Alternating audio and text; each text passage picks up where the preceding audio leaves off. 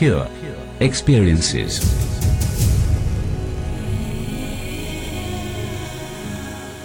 Welcome to the Pure Experiences Podcasts.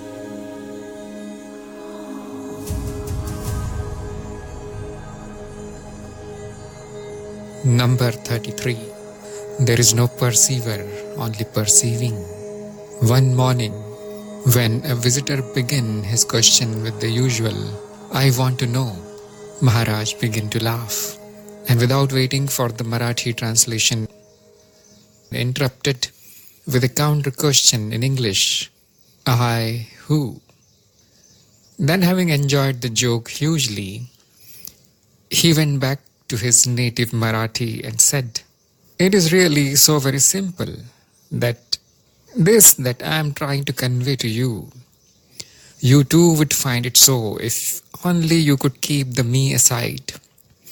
When you listen, if you would only remember that so long as there is a supposedly autonomous entity volitionally trying to understand what I am saying, true understanding is out of question. Apprehension of metaphysical revelation presupposes an inquiring, open, vacant mind in which such apprehension could enter. Any independent entity indicates a conditioned mind full of concepts, resisting the entry of anything that I want to impart. Do I make myself clear? I wonder. Even though I use words and you hear them, the imparting will be possible only if the subject and the object merge in the hearing of it. Begin at the beginning and examine whether there exists anyone either to talk or to listen, or there is merely functioning, talking, listening, apprehending, experiencing. When you think of something existing, you think only in terms of something which is objective with a form. You are concerned only with objective phenomena, whereas I see all objects, including you, as nothing more or less than appearances in consciousness, and therefore as not existing. And subjectivity as such, without any objective quality, obviously cannot exist. So then, what exists? There cannot be such a thing as existence or non-existence. Let us come back to the visitor who wanted to ask some question a little while ago.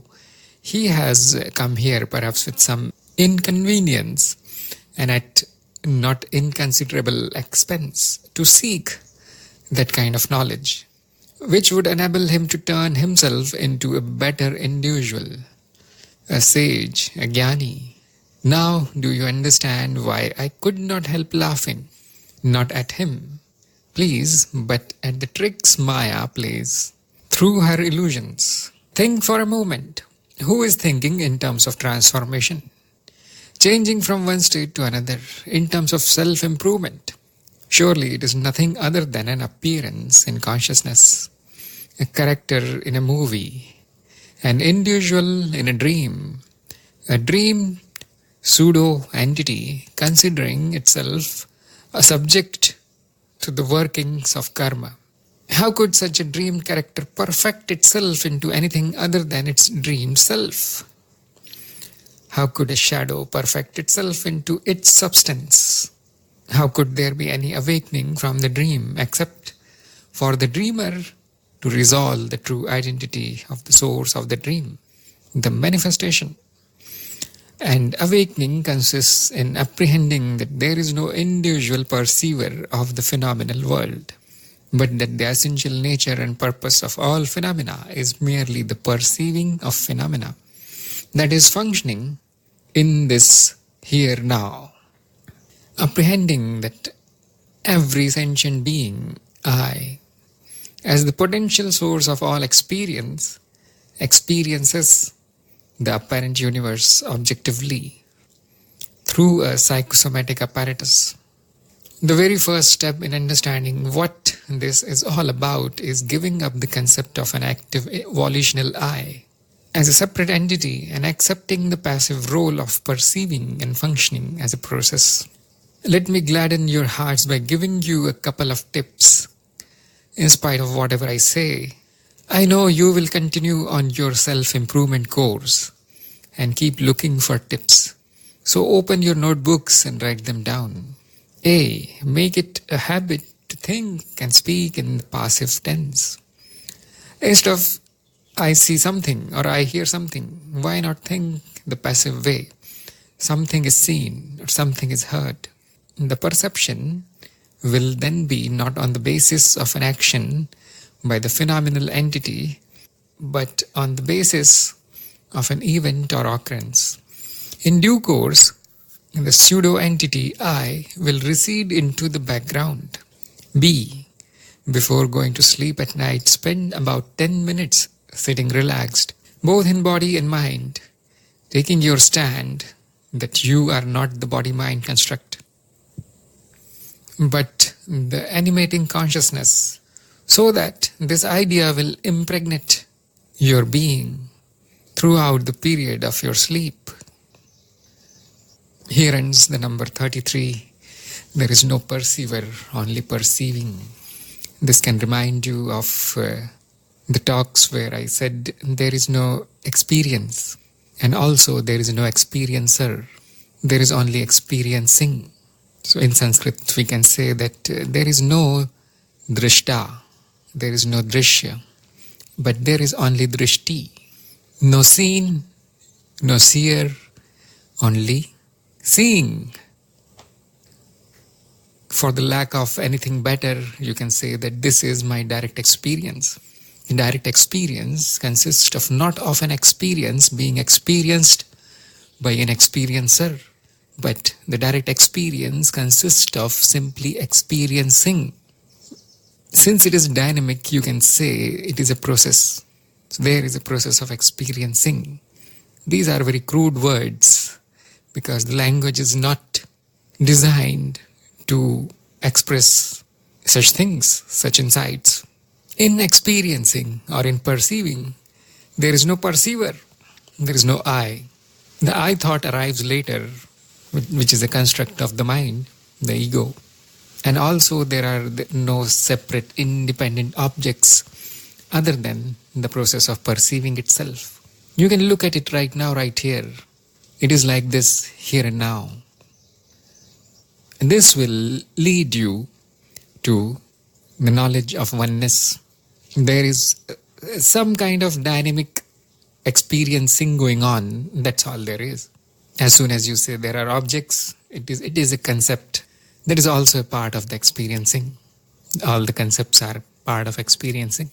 As soon as you say there is an experiencer, the I, an entity, conscious, sentient entity, that again is a concept. That again is a saying coming out of the mind. You can look at it, that this is happening.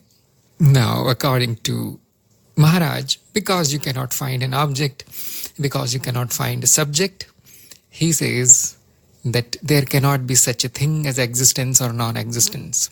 What do you find? Because the object can be said to be existing, that is what which is apart from me, so that can be said to exist.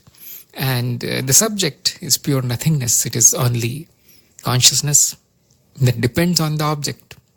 When you see it like this, that there is no experience and there is no experiencer, there is only experiencing, then both the object and the subject are negated. They are annihilated.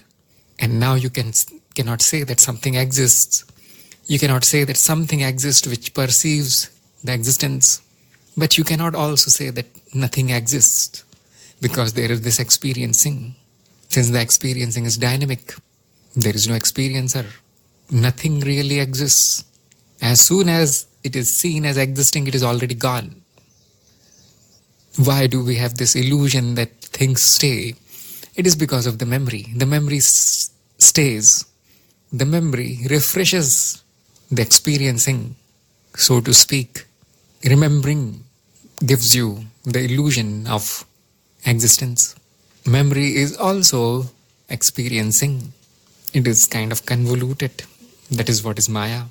That is why we call it illusion, a trick, a magic trick. Just like a magician performs a trick, it looks like it really happened. And he convinces you through the commentary, through his body language and expressions, that it really happened. Same thing is being done by the Maya. Illusions are produced, and the commentary in the mind, the language, makes it real, gives it a reality. When you look, or more properly, when you experience directly, the pure experience will give you freedom from Maya. Don't worry, you are not going to know anything more. All there is to know is Maya only. In absence of Maya, there is nothing to know, because nothing exists. What are you going to know? So you get freedom from knowledge also. When you try to know, you arrive at not knowing. And the not knowing is of more importance for a seeker than knowing something. And that's why Maharaj laughed when the visitor started with his question as usual, I want to know. And Maharaj began to laugh. Now you can understand, hopefully, why a master laughs at all of your questions. Actually, I've seen this happening to many masters. As soon as the seeker or the curious visitor puts a question, the first thing that happens, the first reaction of the master is a gentle laugh or a smile. They are not laughing because you are idiot. They are laughing because there is so much innocence. Not knowing will give you another kind of innocence, which knowledge gives you is a fake innocence. Not knowing is like, it is pure innocence, like that of a baby. Ignorance, which is simply presence of beliefs, blind beliefs, is a different kind of innocence. So, although on the path of knowledge, we do not like ignorance, but from this elevated view, you can see that it is also innocence. There is nothing wrong being ignorant, because nothing is actually gained when you know something. You gain no knowledge, only destruction of ignorance. You were innocent in not knowing. You were innocent in assuming, forming blind beliefs, accumulating ignorance. And you were innocent after all this is destroyed by the grace of a master. So how jokingly he gives them 2 tips, because everybody wants to do something. So he gives it, okay, write it down, do these 2 things. The first, he says, make it a habit to think and speak in the passive tense. This will cut down the I noise in your mind. This really helps, although you will be taken as a lunatic if you start doing this in public. So I'm going to give you a tip over the tip. This can cause a lot of confusion. So while with people, you will need to use the ordinary language, while fully knowing that you are doing it for convenience. So instead of saying that going to the office is going to happen to your wife, you can simply say that I am going to office. Otherwise, your wife is going to be very, very worried. So, in the village of blind, we should act as if we are blind. But nobody can stop you from thinking in a different way. So the I-centric language should be dropped while thinking. And tip number 2 is very useful if you want. You can experiment like this, that before going to sleep, for about 10 minutes, you reverse the mental attitude of being a body-mind that you took, this role that you took in order to survive in the society, in the world, and you reverse it and be as the consciousness while you fall asleep, and this you will wake up with the same thought. So these are the tips by Nisargadatta himself. Probably they will be very useful. Probably those people will be very happy who complain that I never get anything useful from Advaita. Tips are for you that Now we'll skip to number 35, total absence of the doer. Among the visitors one morning was a professor of philosophy from northern India. He had met Maharaj several times. This morning he was accompanied by a friend of his, an artist of some merit, but apparently not particularly interested in what Maharaj speaks about. The professor started the discussion. He said he was so struck by what Maharaj had told him during his last visit that every time he thought about it, he felt a surge of vibrations through his body. Maharaj had told him that the only way to go back was the way by which you had arrived, and there was no other way. This sentence, said the professor, struck a deep chord within him, leaving no room for doubt or query. But subsequently, when he began to think more deeply about the matter, especially the how of it, he had found himself hopelessly entangled in an unholy mess of ideas and concepts. He said he felt like a man who had received the gift of a precious diamond, but had later lost it. What was he to do now? Maharaj began speaking softly. He said, "Please understand, no truth remains as truth the moment it is given expression. It becomes a concept. Add to it the fact that in order to communicate with each other, the words I and you and we and they have necessarily to be used. Thus, the very first thought breaks the unicity and creates duality. Indeed, it is only in the duality that communication can take place. Words themselves further expand the dichotomy. But that is not all. Then the listener, instead of directly and intuitively perceiving what is being communicated, begins the process of relative reasoning with its implicit limitations when applied to the subjective and the nominal. Are you with me so far? Maharaj inquired, and then continued. What is relative reasoning? It is the process of reasoning whereby a subject creates in his consciousness objects with opposing qualities or characteristics which could be compared. In other words, the process just cannot work except on the basis of a subject-object duality. Such relative reasoning may be effective and indeed necessary for describing objects by comparison. But how can it work with the subjective? That which conceives the subject obviously cannot conceive itself as an object. The eye can see everything else except itself. Is it any wonder, therefore, said Maharaj, that you have found yourself bogged down in the mire of ideas and concepts from which you find it impossible to extricate yourself? If you could only see the actual position, you would see what a joke it is. This is the background. Now to the real problem. Who is this you that is trying to go back the way he came?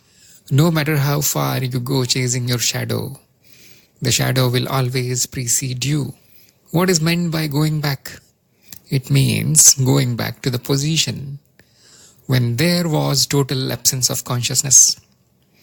But, and this is the crux of the matter, so long as there is a negator who keeps on negating and negating, chasing the shadow, you will remain unnegated. Try to perceive what I am saying, not with your intellect, not as you using your intellect, but just perceiving as such. I wonder if I have made myself clear, asked Maharaj. Just then I happened to look at the artist friend of the professor and was struck by the intensity of his concentration. Instead of being bored or only mildly interested, he was listening to every word of Maharaj, as if hypnotized. Maharaj also must have noticed this because he smiled at him, and the artist, without uttering a word, folded his hands in salutation and nodded his head several times in a gesture of silent communion. The professor, however, seemed to have come to a mental obstruction, an impenetrable block, and he said so. Maharaj then told him that this block was an imaginary obstruction caused by an imaginary you, which had identified itself with the body. He said, "I repeat, there must be a final and total negation so that the negator himself disappears. What you are trying to do is to understand what you are by means of concept of existence, whereas in reality I, you, neither am nor am not. I am beyond the very concept of existence, beyond the concept of both the positive and the negative presence. Unless this is understood very profoundly, you will continue to create your own imaginary obstructions, each more powerful than the earlier one. What you're trying to find is what you already are." The professor then asked, "Does it mean then that no one can lead me back to what I am?" Maharaj confirmed that that was indeed so. You are, you always have been, where you want to be led. Actually, there really is nowhere that you can be led to. Awareness of this obvious position is the answer, just the apperception. Nothing to be done.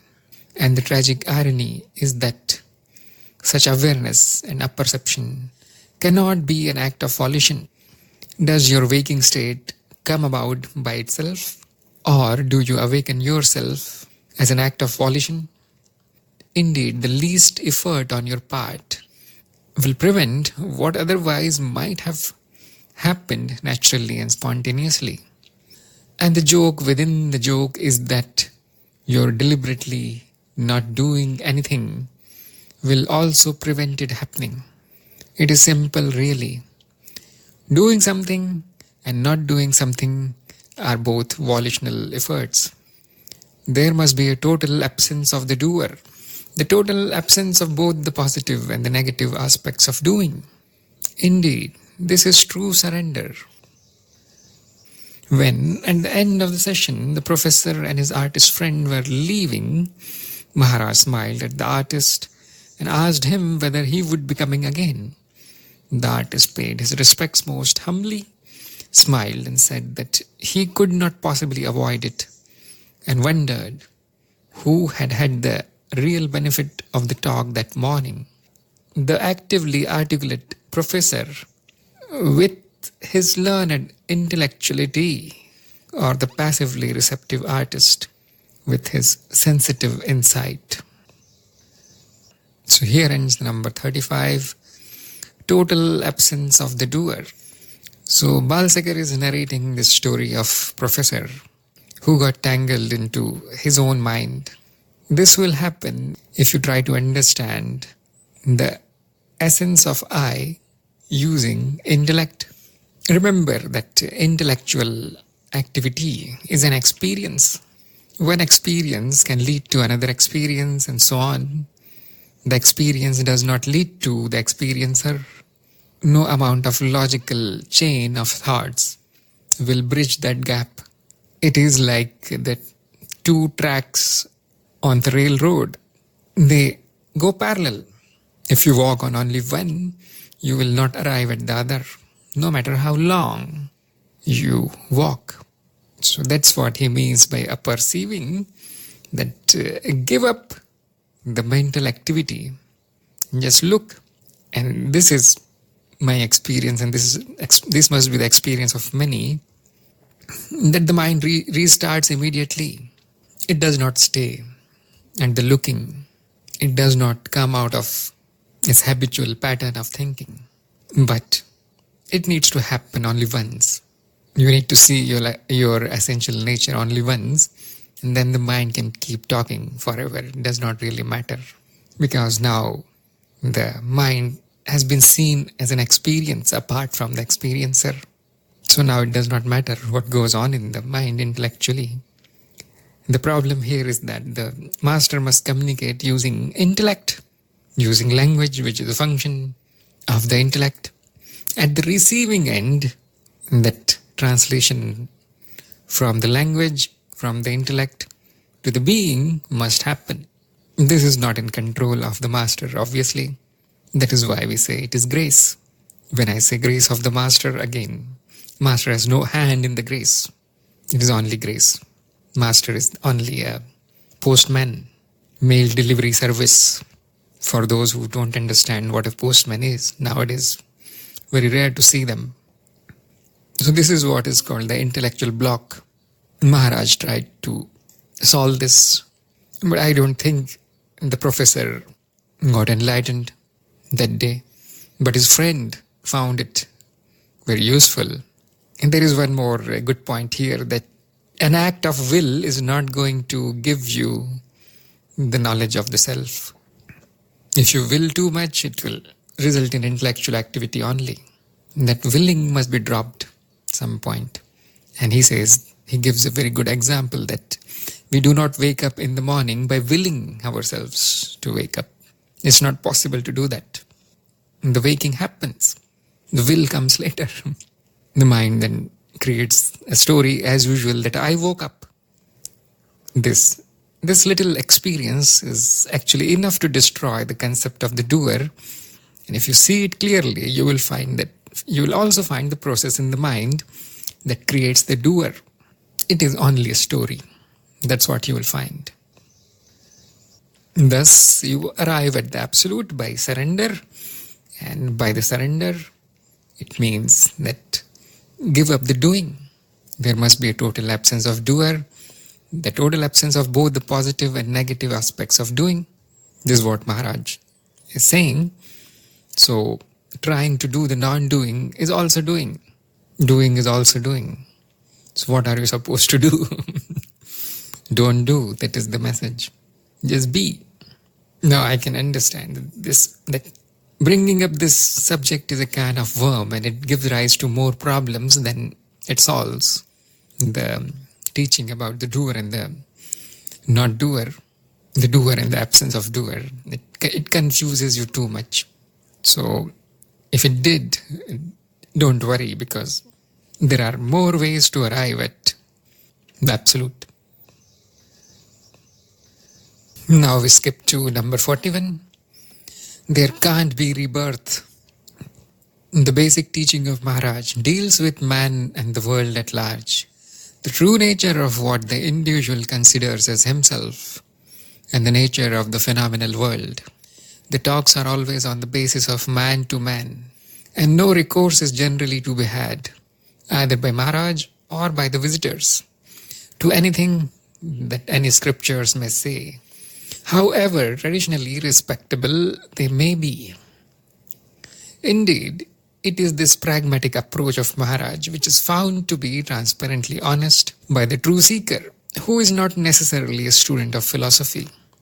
In other words, what someone else has said, what Maharaj often refers to as hearsay or general belief, is not accepted as God's own truth, even if it appears in the most hallowed sacred texts. Besides, other advantages such an approach prevents the possibility of questions begging questions, as in the case of one believer who, while trying to convert a friend, tells him about a particular man of God being able to converse with angels, and that questioned about the veracity of such a claim exclaims, "Would a man who is able to talk with angels tell a lie?" The regular visitors to Maharaj are aware of the fact that he totally discards the concept of rebirth as sheer nonsense. But whenever a reference to this topic evokes such an unequivocal response from him, a new visitor is shocked beyond belief, particularly if he happens to subscribe to the Hindu religion.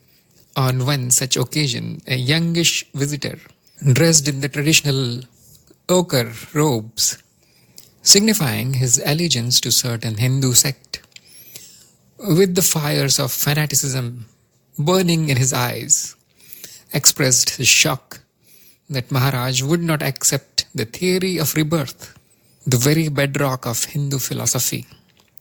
He looked around for moral support, but must have been a little dismayed by the indulgent smiles of understanding from the others.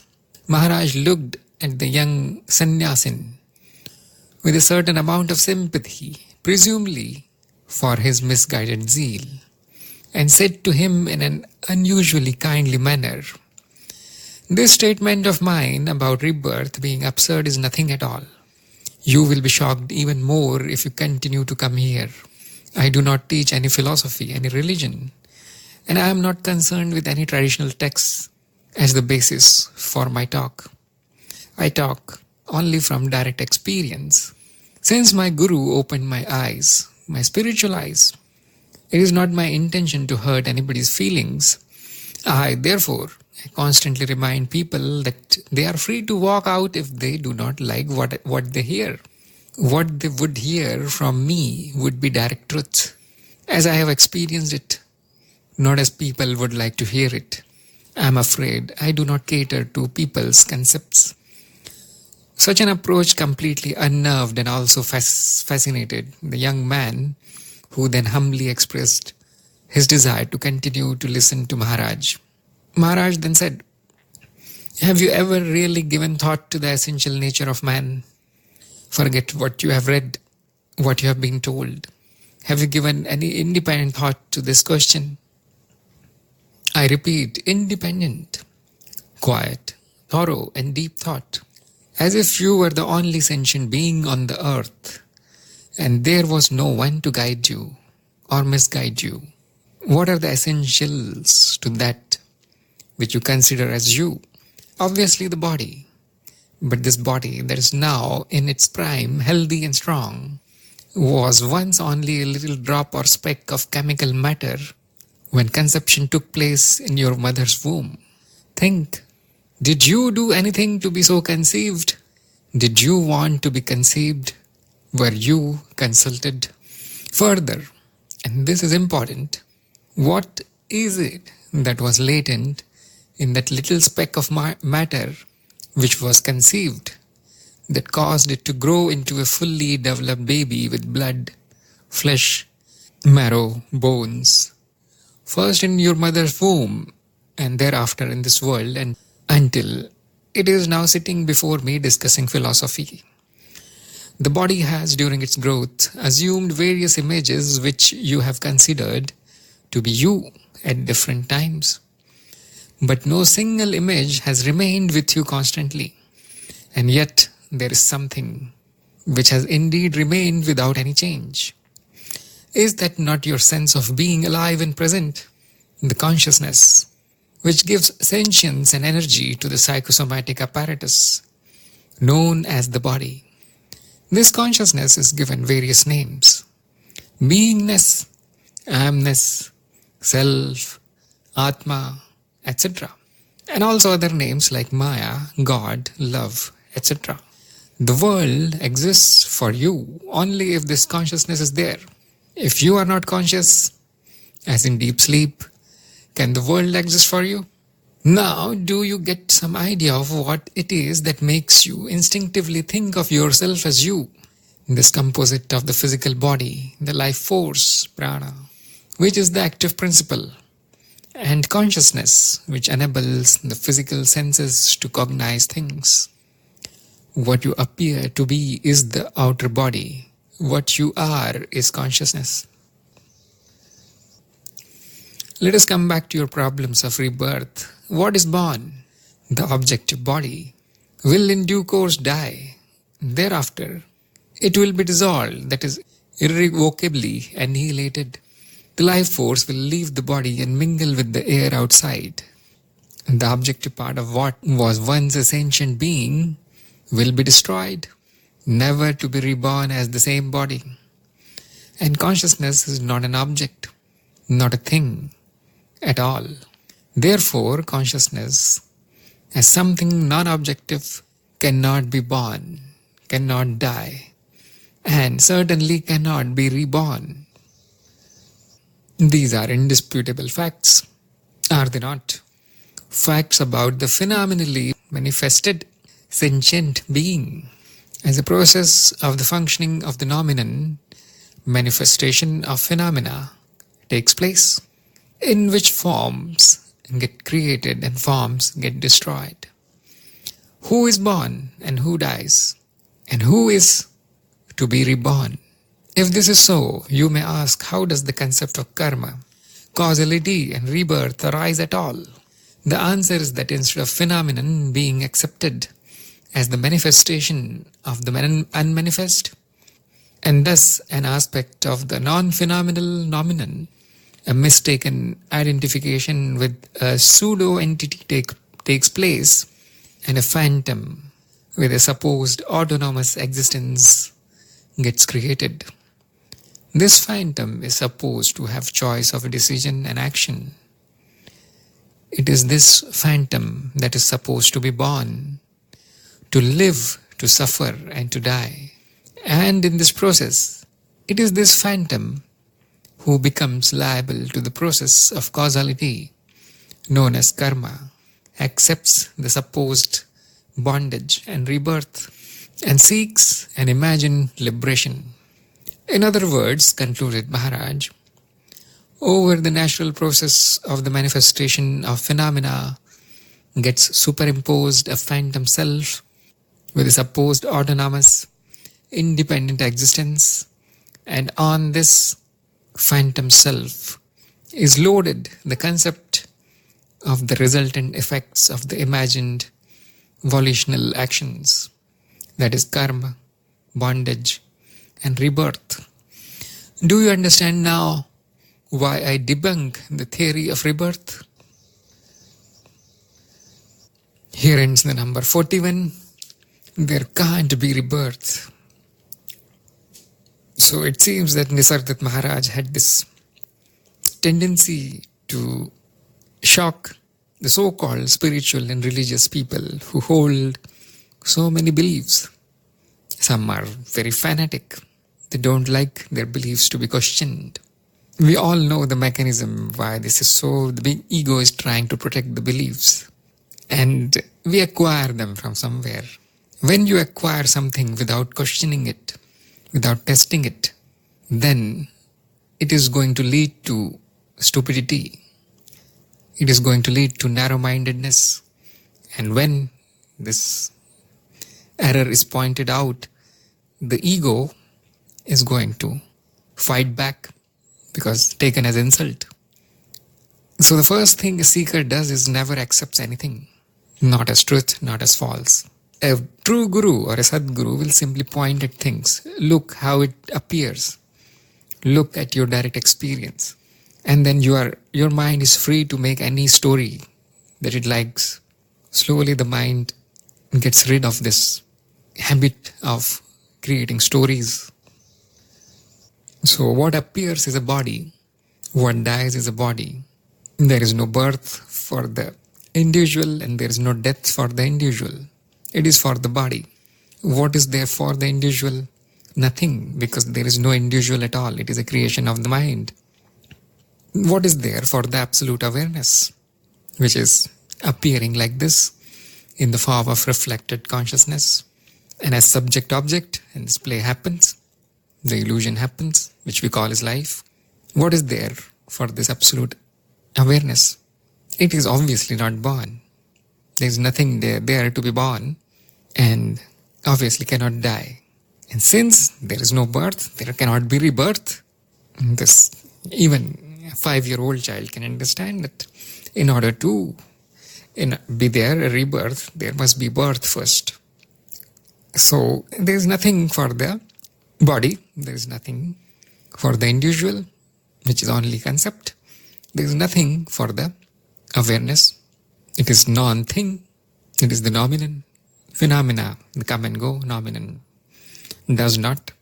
Nothing can be said about it actually, because it is the one that is being expressed like this. So you can say it is being born, yes. But no, the person cannot take a rebirth. The noumenon can do whatever it pleases. That's not our business. Then those who have studied metaphysics a little bit will start disagreeing here, at least 50% of it. Now let me take you into the Maya, which Maharaj has not touched here.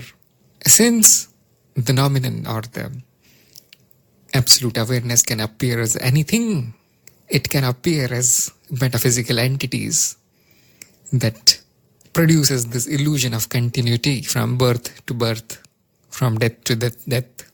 In absolute term, no rebirth. As your direct experience, no rebirth. But in Maya, anything can appear. It will be false birth, it will be false rebirth.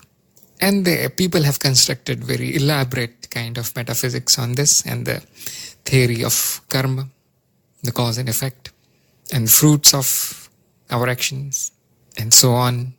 But let us be very clear that this all may happen in the Maya. This all may happen as an illusion. And as long as you are in the illusion, well, there is no freedom from this. There is no freedom from birth and rebirth. How can you be free from that which never happened? So I imagine this is a very convoluted subject, and Maharaj is speaking from the absolute point of view, and the absolute point of view is very clear for everyone that there is no rebirth of any kind.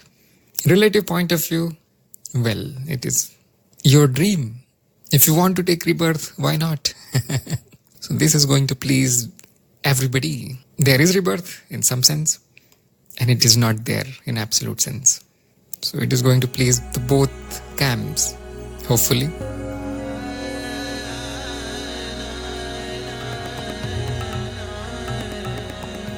Pure experiences.